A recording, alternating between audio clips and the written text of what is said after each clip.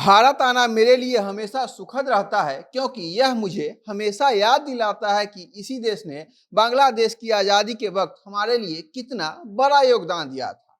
हम भारत को अपना सबसे प्यारा मित्र मानते हैं। आपने हमेशा ही हमारे देश का बहुत सहयोग किया है।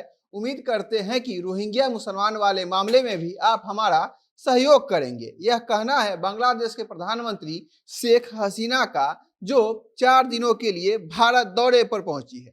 विश्व के सभी छोटे बड़े देश आज जिस तरह से भारत की बढ़ती हुई ताकत की मुरीद हो रही है, उसमें भारत के प्रधानमंत्री नरेंद्र मोदी का विशेष योगदान है। यह हम नहीं कर रहे हैं, यह खुद बांग्लादेश की प्रधानमंत्री शेख हसीना कर रही है। शेख हसीना ने भारत द्वारा पाए किसकी सहायता के लिए धन्यवाद कहा। कोरोना महामारी के दौरान भारत द्वारा किए गए सहायता को लेकर उन्होंने भारत को कैसे सराहा।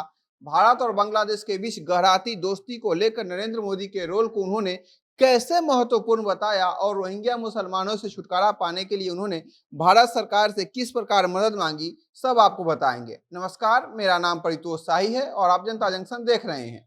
भारत ने हमेशा ही मुश्किल समय में बांग्लादेश की मदद की है। हम उम्मीद करते हैं कि भारत के प्रधानमंत्री मोदी हमें रोहिंग्या मुसलमानों से निजात दिलाने में हमारी मदद करेंगे। हमारे देश में 13 लाख से ज्यादा रोहिंग्या मुसलमान हैं। सब जानते हैं यह हमारे लिए बहुत बड़ा बोझ है।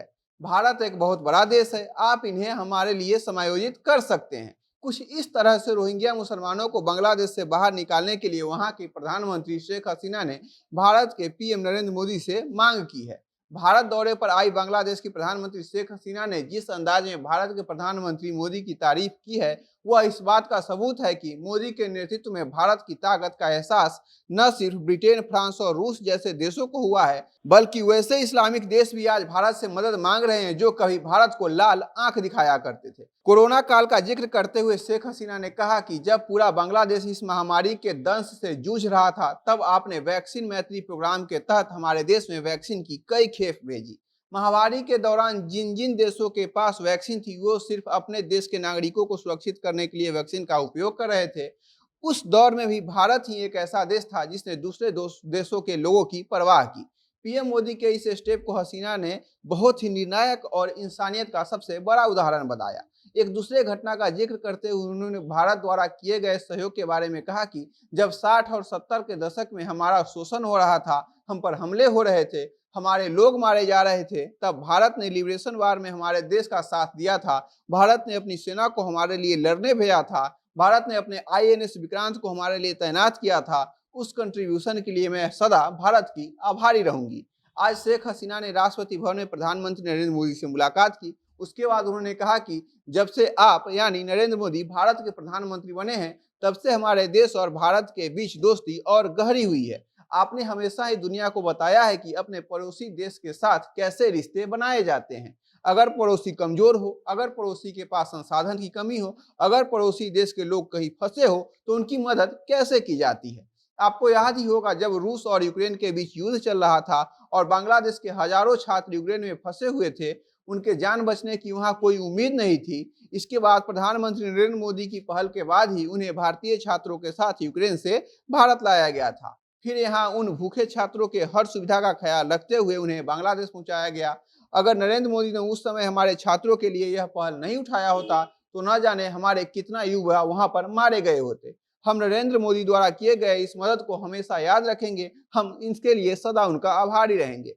जिस तरह से शेख हसीना भारत के प्रधानमंत्री नरेंद्र मोदी की तारीफ कर रही थी, वह विश्व पटल पर भारत के प्रधानमंत्री नरेंद्र मोदी की बढ़ती ताकत को दर्शाता है। जिस रूस यूक्रेन युद्ध का जिक्र शेख हसीना कर रही थी, उस युद्ध के दौरान पाकिस्तानी छात्र भारत के तिरंगा को अपने सीने से लगाकर वहां बता रहे थे कि हम भारतीय हैं, हमें जाने दो, तो बिना उनका पासपोर्ट और आइडेंटिटी कार्ड चेक किए वहां के सुरक्षा बल उन्हें जाने दे रहे थे। भारत के तिरंगे का मान पिछले कुछ वर्षों में कितना बढ़ा है, इसमें नरेंद्र मोदी की अहम भूमिका है।